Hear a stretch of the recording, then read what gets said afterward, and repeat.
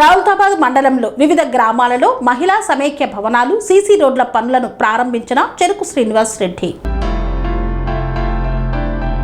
దౌలతాబాద్ మండల కేంద్రంలోని పలు అభివృద్ధి కార్యక్రమాలకు దుబ్బాక నియోజకవర్గ కాంగ్రెస్ పార్టీ ఇన్ఛార్జ్ చెరుకు శ్రీనివాస్ రెడ్డి అహ్మద్ నగర్, గాజులపల్లి, తొమ్మాట, పోసాన్పల్లి, ఉప్పరపల్లి, దౌలతాబాద్లో పర్యటించి మహిళా సమైక్య భవనాలకు అలాగే సీసీ రోడ్డు నిర్మాణ పనులకు భూమి పూజ కార్యక్రమంలో నిర్వహించారు. ఈ సందర్భంగా శ్రీనివాస్ రెడ్డి మాట్లాడుతూ మహిళా ఆర్థిక సామాజిక సాధికారితకు మహిళా సమైక్య భవనాలు ఎంతో ఉపయోగపడతాయని తెలియజేశారు.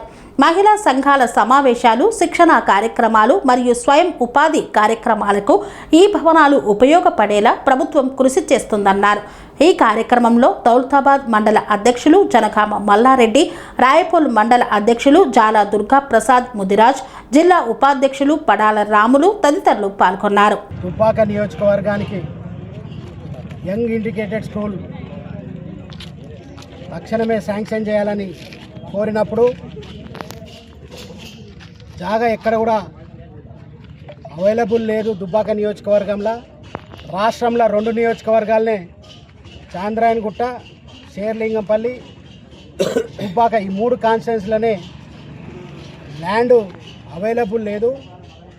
ఎక్కడైతే అనువుగా ల్యాండ్ దొరుకుతుందో మన ల్యాండ్ ముందు చూడు మన ముఖ్యమంత్రి గారి సూచన ప్రకారం మాసాన్పల్లి దగ్గర కావచ్చు, తోట మండలం, దౌలతాబాద్ మండలంలో కావచ్చు 2 ల్యాండ్లు కూడా ఐడెంటిఫై చేసి గౌరవ మంత్రి గారు వివేక్ వెంకటస్వామి గారు కూడా కలెక్టర్ గారికి ఆదేశించడం జరిగింది.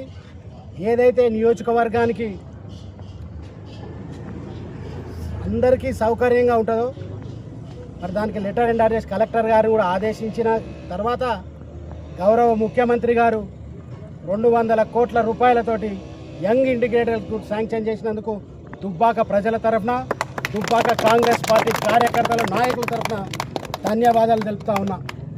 గత 10 సంవత్సరాలు టీఆర్ఎస్ పాలనల ఇక్కడ గెలిచిన నాయకులు, సిద్దిపేట నాయకుల దగ్గర దుబ్బాక నియోజకవర్గ అభివృద్ధిని తాకట్టు పెడితే ఈరోజు కాంగ్రెస్ ప్రభుత్వం వచ్చిన తర్వాత దుబ్బాక నియోజక ఆత్మగౌరవం కోసం సిద్దిపేట, గజ్వేలు, సిరిసిల్లనే అభివృద్ధి చెందింది.